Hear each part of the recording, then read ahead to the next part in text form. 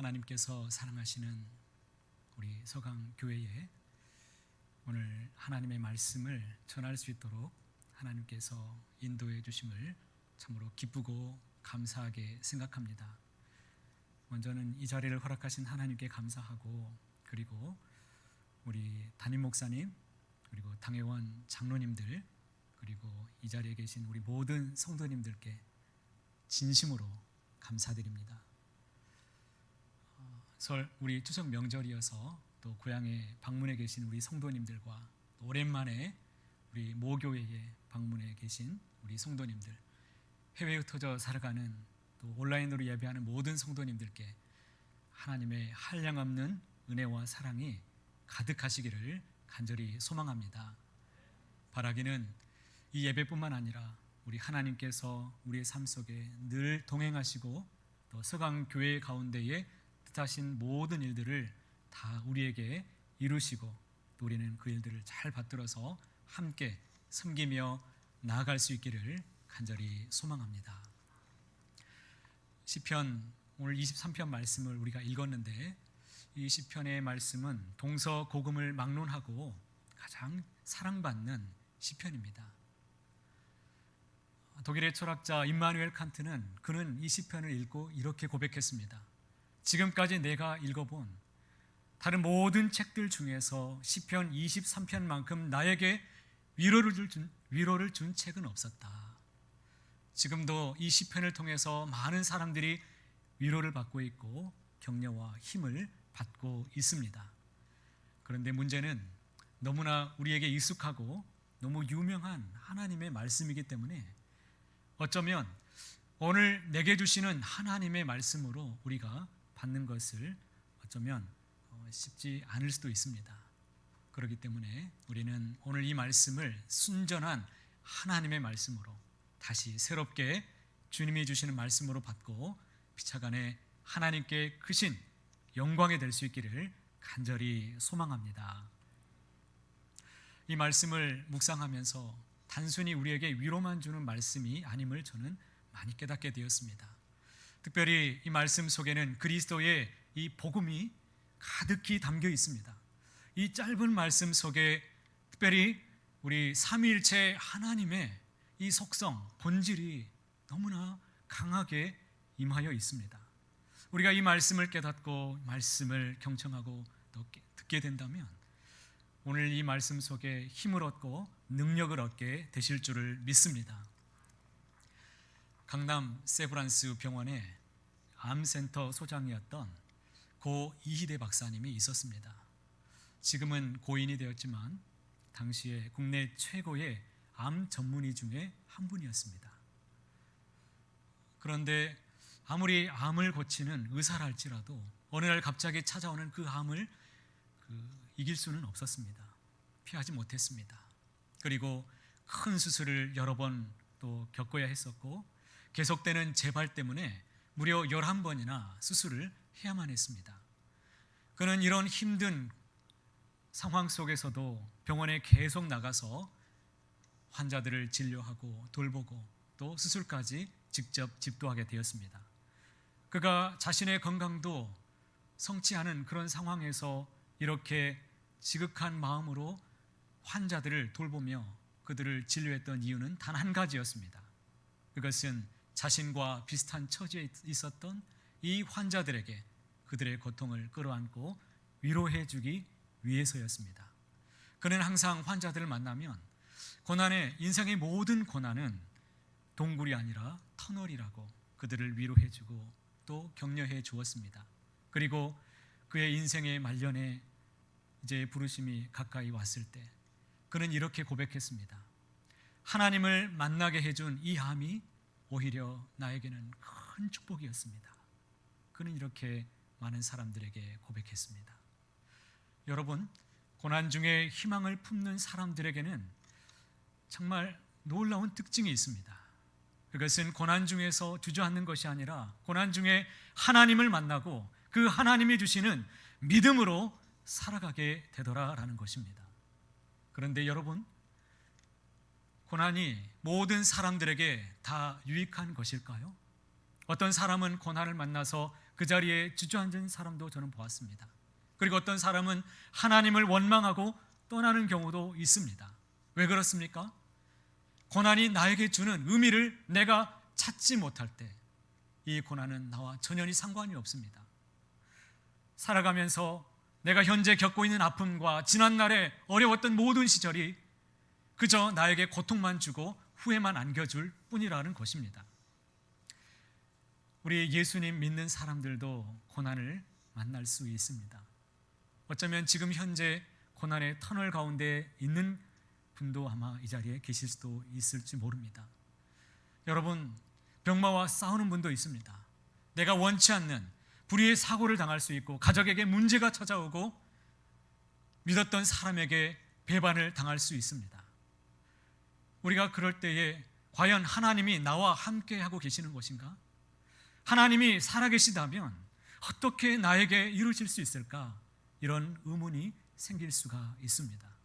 여러분, 내가 사망의 음침한 골짜기로 다니는 그 순간에, 그리고 내 신앙의 논리가 무너져 내리는 그러한 상황에서 우리가 과연 어떻게 해야 되는 것일까요?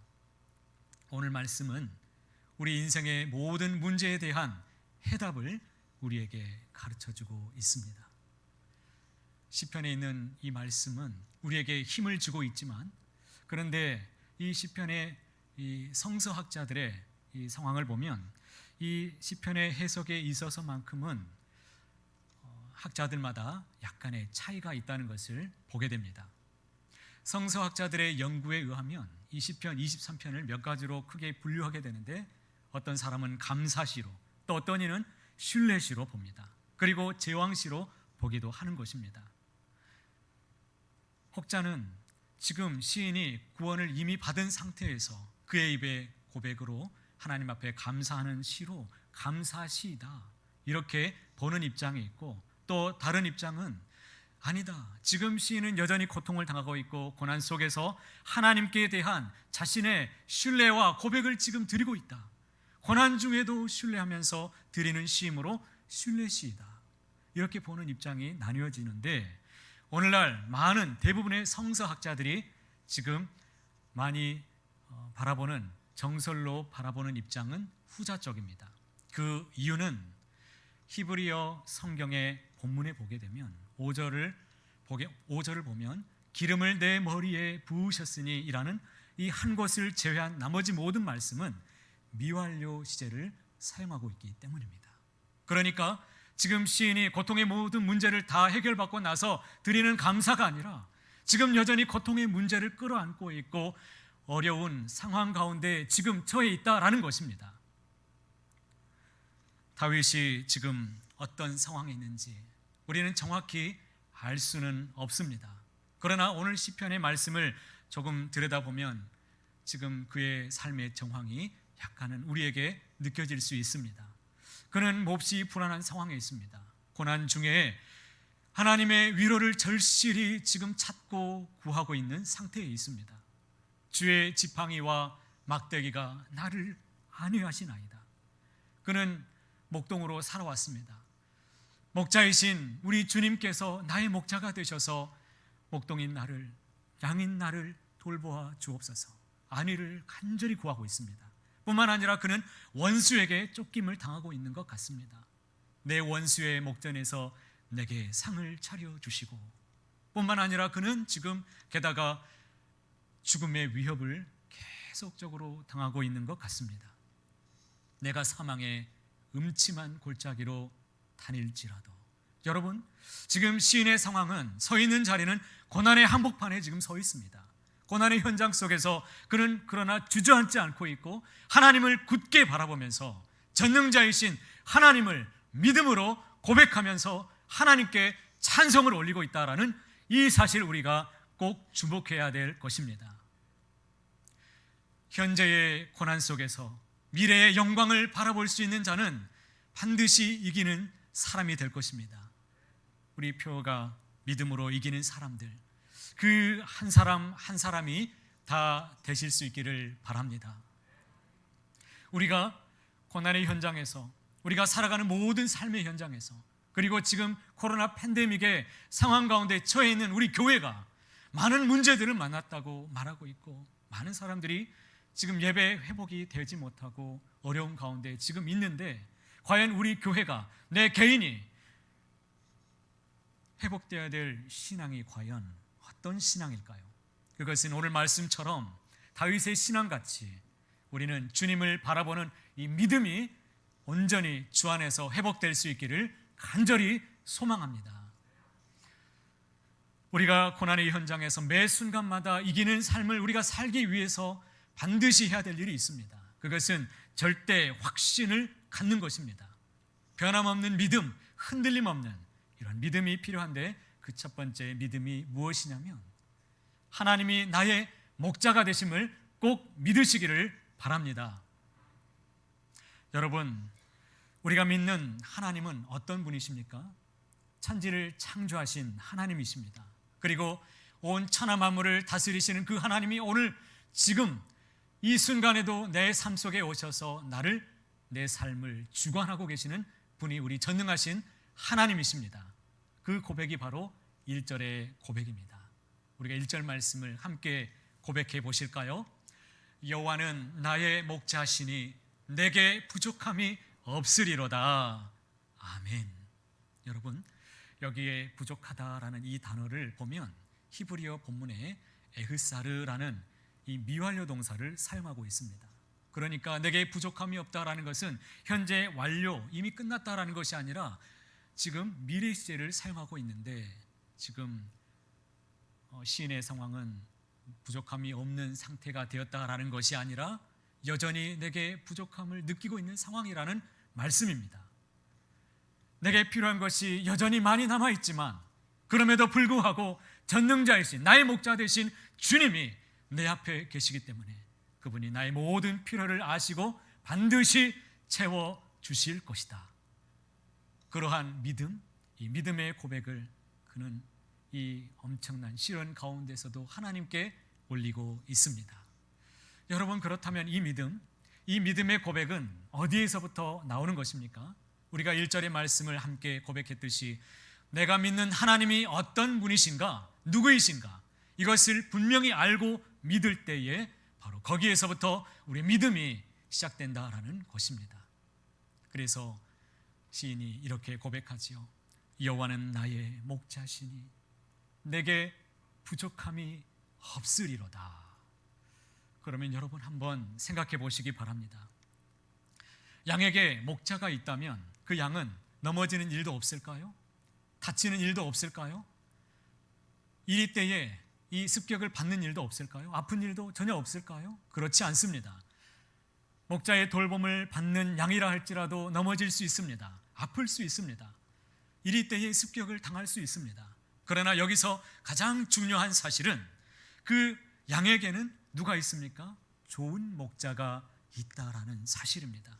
성경에 보니까 우리 예수님은 이렇게 말씀하셨습니다. 나는 선한 목자라. 요한복음 10장 10절 말씀에 보니까 내가 온 것은 양으로 생명을 얻게 하고 더 풍성히 얻게 하려는 것이라. 우리 주님께서는 이 말씀대로 이 땅에 오셨고 양들을 위해서 자기 목숨도 아끼지 아니하시고 모든 것을 다 내어주셨습니다. 심지어 우리가 죄인 되었을 때에 이 세상에 오셔서 나를 위해서 모든 것을 아낌없이 다 주셨다라는 말씀이십니다. 우리가 이 사실을 믿고 선한 목자 되신 예수를 믿고 믿음 안에 살게 된다면 우리는 영원한 생명을 얻고 주님 안에서 참된 만족과 기쁨을, 고통 속에서도 항상 참된 안식을 누리게 될 줄을 믿습니다. 그렇기 때문에 시인이 지금 힘주어 고백하는 것입니다. 내게 부족함이 없으리로다.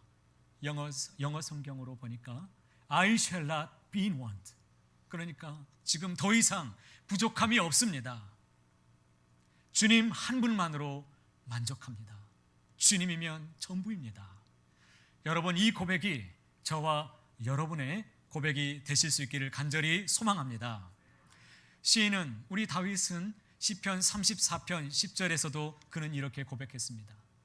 젊은 사자는 궁핍하여 줄일지라도 여호와를 찾는 자는 모든 좋은 것에 부족함이 없으리로다.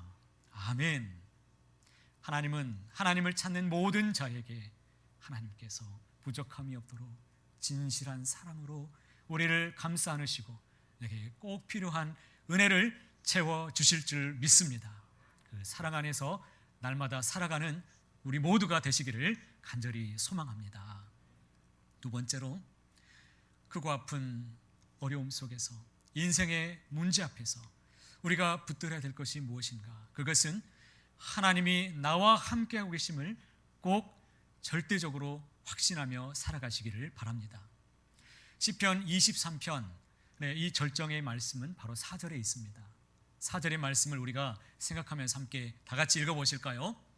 내가 사망의 음침한 골짜기로 다닐지라도 해를 두려워하지 않을 것은 주께서 나와 함께 하심이라. 주의 지팡이와 막대기가 나를 안위하시나이다. 지금 다윗의 상황은 지금 어떤 상황입니까? 사망의 음침한 골짜기로 지금 헤매고 있는 상황입니다. 죽음의 공포와 위협이 도사리고 있는 상황이 있습니다. 그런데 그는 해를 두려워하지 않는다라고 지금 고백하고 있습니다. 왜 그렇습니까? 하나님이 나와 함께하고 계시기 때문에 그는 그 어떤 해도 두려워하지 않는다라고 그가 고백하고 있는 것입니다. 그런데 여러분, 사망의 음침한 골짜기는 도대체 어떤 어려움인 것일까요? 동굴과 같이 아무것도 보이지 않는 막혀있는 상황입니다. 태풍이 지나갔죠. 태풍이 불면서 여러 지역에서 아픔이 있었는데 포항에서 좀 우리에게 가슴 아픈 이런 뉴스가 있었습니다. 어느 아파트의 지하 주차장에서 침수가 되면서 새벽에 방송을 듣고 차를 빼라는 그 광고를 듣고 내려가서 사람들이 많은 안타까운 일들이 벌어졌는데 어느 엄마와 그 15살짜리 중학교 2학년 이 아들이 함께 내려갔습니다. 물이 너무 꽉 차 있어서 엄마는 수영도 할 수 없고 이제 직감했습니다. 그래서 아들을 살려보려고 너만은 빨리 가라고 사람들이 가니까 같이 보냈습니다. 그런데 그 아들이 엄마를 향해서 뭐라고 말한 줄 아십니까? 엄마, 그동안 잘 키워주셔서 감사합니다. 그런 말을 하고 갔습니다. 14시간의 사투 끝에 엄마는 이 스프링클러를 붙잡고 그리고 그 위에서 엎드려서 간신히 살아남았습니다. 그런데 돌아와 보니까 그 아들은 싸늘한 죽음으로 돌아왔습니다. 여러분, 그 엄마는 어떻게 살아야 되는 것일까요? 그 엄마의 마음은 도대체 어떤 고통이 지금 있을까요? 지금 추석 명절에 그 가정은 얼마나 고통스러운 나날을 보내고 있을까요? 여러분, 마귀는 우리 믿는 자들에게 엄청난 시험을 가해옵니다. 로마서 8장 28절 이하의 말씀을 보면 대체로 세 가지의 시험을 우리에게 걸어오는데, 첫 번째는 우리가 상상할 수 없는 극심한 고난을 우리에게 시험을 줍니다. 그리고 두 번째는 그 시험을 통해서 내가 하나님이 나를 사랑하시는지 의심하게 만듭니다. 그리고 세 번째는 내가 범죄함으로 내가 구원받았음을 이렇게 의심하게 만든다라는 것입니다. 마귀는 단 한 가지 전략입니다. 이것은 공통점이 있습니다. 하나님과 우리의 사이를 끊어놓기 위해서 계속해서 전략을 펼치고 있습니다. 이럴 때일수록 우리는 어떠한 고난의 현장에서도 하나님이 지금 나와 함께하고 계신다라는 이 절대의 진리를 꼭 붙잡으시고 하나님과 함께 절대 믿음을 가지시고 살게 되시기를 바랍니다. 우리에게는 임마누엘의 신앙이 필요합니다. 임마누엘의 믿음이 필요합니다. 세상 사람들이 믿는 사람들을 바라보면서 저분은 정말 하나님이 함께 하시는 것 같다. 저 사람 보면 하나님이 늘 함께하고 있는 것 같아. 여러분, 이런 말을 들어서 우리 하나님의 영광 받으시기를 바랍니다. 우리 하나님의 기쁨이 되기를 원합니다. 이것이 바로 요셉의 신앙이었죠. 요셉은 가진 것 아무것도 없어도 오히려 감옥살이를 하게 되는 어려움이 있었어도 하나님과 늘 함께함으로 그는 형통한 삶을 날마다 누릴 수가 있었습니다. 여러분, 임마누엘은 누구의 이름이십니까? 우리 예수님의 또 다른 이름입니다. 주님의 사역이 3절 말씀에 잘 나타나 있습니다. 우리 주님의 사역, 이 말씀을 함께 읽어보도록 하겠습니다. 내 영혼을 소생시키시고 자기 이름을 위하여 의의 길로 인도하시는도다. 아멘. 여러분, 우리 주님은 자기 이름을 위해서 우리를 의의 길로 인도하시는 하나님이십니다. 그런데 의의 길은 우리가 생각하는 평탄한 길만 주어지는 것이 아닙니다. 의의 길은 좁은 길을 말하고 있습니다. 내 영혼을 소생시키는 길이라고 지금 성경에서 말씀하고 있습니다. 원어에 한번 찾아보니까 소생케 하다라는 이 단어를 보았더니 히브리어 원문으로 보니까 돌이키게 하다, 나를 회복시키신다, 회개하게 만든다라는 말씀이십니다. 하나님의 뜻을 이루기 위해서 나를 회개시키는 길, 돌이키시는 길, 회복시키는 길, 바로 그것이 의의 길인 것입니다. 우리의 기준에서 보면 그 길이 나에게 고통을 주는 것 같습니다. 나의 기준에서 보면 그 길이 좀 어려운 길인 것 같아요. 이스라엘의 땅을 보면 대부분은 이 험악한 산악지대입니다. 척박한 땅입니다. 낮은 계곡을 따라서 가게 되면, 이동하다 보면, 비라도 만나게 되면 금방 급류에 휩쓸릴 수 있습니다. 물이 금방 범람하게 됩니다. 그리고 낮은 평야로 안전하게 걸어가다 보면 또 맹수의 위협을 당할 수 있습니다. 그렇기 때문에 목자는 때로는 이 양들을 보호하고 지키기 위해서 험한 지역으로도 가야 된다라는 것입니다. 우리 입장에서 보면 하나님께서 우리의 길을 인도하시는 길이 내게 시련을 주는 것 같지만, 궁극적으로 보면 그 길은 나를 살리는 길이요, 나를 구원하는 길인 줄을 꼭 믿으시기를 바랍니다. 그래서 마태복음 7장 13절과 14절에 이렇게 말씀하고 있지요. 좁은 문으로 들어가라. 멸망으로 인도하는 문은 크고 그 길이 넓어 그리로 들어가는 자가 많고, 생명으로 인도하는 문은 좁고 길이 협착하여 찾는 자가 적음이라. 예수님은 부활하고 승천하신 이후에 우리에게 보혜사 성령님을 우리에게 보내주셨습니다. 보혜사 성령 하나님은 우리와 함께하고 계시는데, 우리의 내주하며 항상 우리를 주의 길로 인도하고 계십니다. 구원의 길로, 생명의 길로 항상 우리를 인도하고 계시는 분이십니다. 때때로 우리가 길이 막혔다고 생각할 때, 내가 동굴 속에 갇혀있는 암흑한 시간이라고 할 때에 우리는 항상 내 안에 계시는 우리 성령님께 항상 기도하고 의지해서 생명길로만 갈 수 있기를 원합니다. 영국의 이 청교도 신앙가였던 존 버년이 당시에 국왕의 명을 어기고 복음을 전했다라는 이 죄명으로 그는 오랜 세월 동안 감옥에 갇혀 있었습니다. 그를 좀 궁일이 여겼던 옥사장에 있었는데 어느 날 윗사람 모르게 찾아와서 옥문을 열어주었습니다. 그리고 목사님, 잠시 집에 가서 사모님도 좀 만나고 가족들도 좀 만나고 그냥 그렇게 돌아오세요. 그렇게 말했는데 그가 길을 나섰다가 얼마 지나지 않아서 그냥 돌아왔습니다. 아니 목사님, 그냥 왜 돌아오셨습니까? 물어보니까 이렇게 대답했습니다. 당신이 저에게 호의를 베푸신 것은 참 고맙지만 이 길이 결코 우리 성령 하나님께서 나에게 인도하시는 길이 아닌 것 같아서 제가 그냥 왔습니다. 그리고 그 뒤로 1시간 뒤에 국왕이 직접 그 감옥을 시찰하러 지금 신하들과 찾아왔습니다. 그리고 이 존 버년이 있는지를 보고 돌아갔다라는 사실입니다. 옥사장이 여러분 얼마나 놀랬겠습니까? 그리고 목사님에게 말합니다. 목사님께서 성령님의 인도하심 따라서 행동하셨기 때문에 목사님도 살고 저도 살게 되었습니다.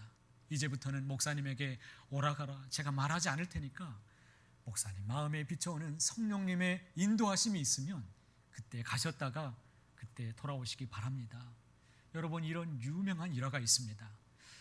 우리가 주님을 따르는 길에 시련이 있고 아픔이 있다 할지라도 우리 성령 하나님께서 인도하시는 선하신 길을 따라가다 보면 반드시 구원의 길이요 영생의 길이요 우리가 모두가 평안을 누리는 길인 줄을 믿고 주만 따라가는 우리 모두가 다 되시기를 간절히 소망합니다. 마지막으로 우리가 붙잡아야 될 말씀이 있습니다.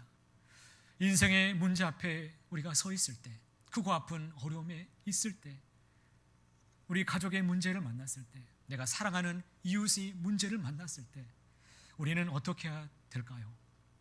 내가 어떤 존재로 부름을 받았는지 그것을 분명하게 믿고 주님을 따라가야 됩니다. 우리는 어떤 존재로 부름을 받았습니까? 하나님의 자녀로 부름을 받았습니다. 하나님의 자녀임을 믿고 어떠한 상황에서도 내가 하나님의 백성이요, 내가 언약 백성이요, 주님의 자녀라는 것을 분명히 확신하며 믿고 살아간다라면 절대 흔들릴 일이 전혀 없을 것입니다. 분명합니다.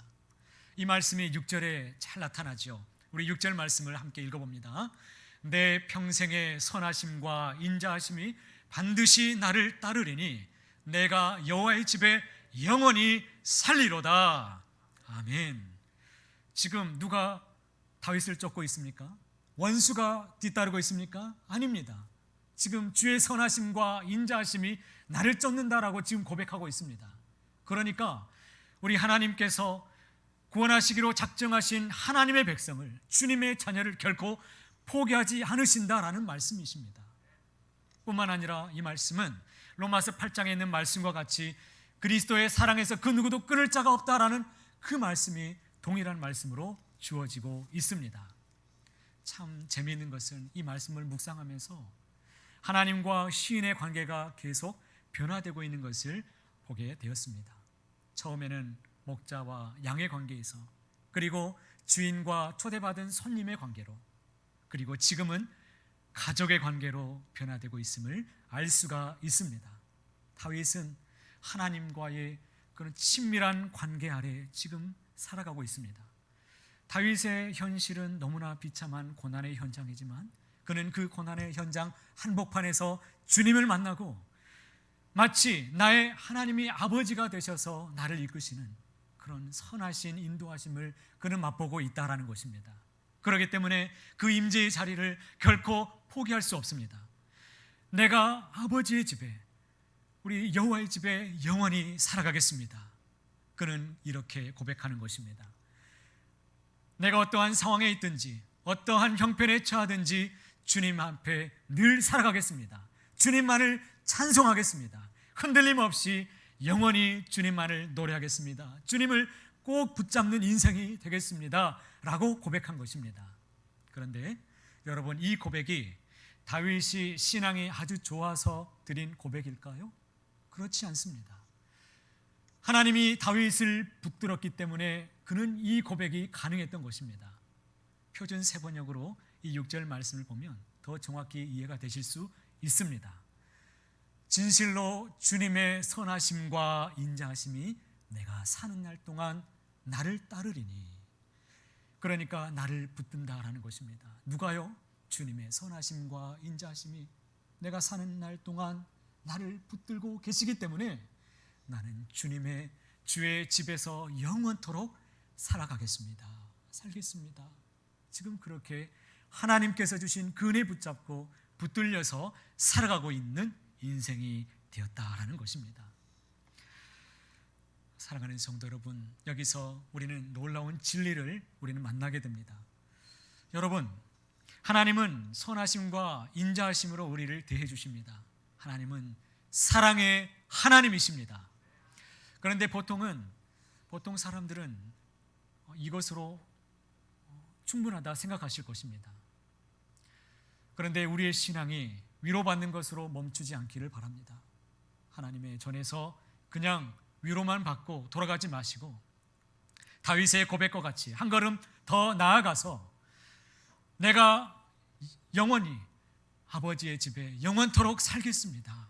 지금 이 고백은요, 다윗이 하나님께서 베풀어 주신 그 선하심과 인자하심보다도 더 중요한 것이 있었는데 지금 무엇에 초점을 맞추고 있습니까? 하나님 자신에게 초점을 맞추겠다라는 이러한 고백입니다. 우리는 너무나 자주 하나님 자신보다도 하나님 손에 있는 그 선물에 초점을 맞추고 내게 이것 주세요, 내가 이런 상황이니 이렇게 빨리 응답해 주세요 라고 말하지만, 참된 믿음은 어느 상황에서도 우리 주님을 바라보고 믿음으로 초점을 우리 하나님께 맞추는 성도입니다. 여러분, 이 땅에 잠깐 살아가면서 일시적인 풍성함을 구하는 것보다, 그런 곳에 만족함보다 영원하신 하나님, 그 전능자이신 하나님과 영원히 함께 살아가는 이 참된 기쁨과 만족을 항상 사모하시는 여러분 복된 성도님들이 다 되시기를 축복합니다. 그래서 하나님의 집에 영원히 살겠다고 하는 이 고백은, 내가 이제 주님의 성전에서 영원히 살아가겠습니다, 하나님이 기뻐하시는, 가장 기뻐하시는 예배로 내가 예배하는 자로 예배의 삶을 살아가겠습니다. 더 나아가서 하나님 계시는 저 천국을 향해, 저 천성을 향해 하나님 확신하며 천국의 자녀로, 천국의 백성으로 내가 날마다 살겠습니다. 하나님을 붙잡고 살겠습니다. 여러분, 이러한 고백이 그의 고백이었습니다. 여러분, 이러한 고난의 현장에서 하나님의 은혜를 체험하고 깨달은 사람은 하나님 중심, 예수 중심, 말씀 중심, 성전 중심, 그리고 천국 중심으로 살아가더라라는 것입니다. 사랑하는 성도 여러분, 우리는 여전히 코로나 팬데믹 시대에 살아가고 있습니다. 그러나 위드 코로나가 아니라 위드 지저스, 우리 주님과 함께 날마다 살게 되시기를 바랍니다. 고난 가운데서도 함께 계시는 하나님을 바라보시고, 우리 서강교회 모든 우리 사랑하는 성도님들이 내가 사랑하는 주님, 내가 여호와의 집에 영원히 살겠습니다, 하나님께서 핏값으로 사신 우리 교회를 정말 사랑하는 마음으로 위에서 기도하시고 예배하시고 천국을 중심으로 날마다 기쁨과 참된 만족을 날마다 맛보게 되시기를 바랍니다. 그래서 다윗과 같이 어떠한 처지에 있든지 우리 예수님을 나의 주님으로, 나의 그리스도로 참 고백하며 신앙의 고백에 있는 믿음으로 하나님을 기쁘시게 하고 하나님께 귀하게 쓰임받는 교회, 우리 아름다운 서강교회 모든 성도님들이 다 되시기를 높으신 주님의 이름으로 간절히 축원합니다.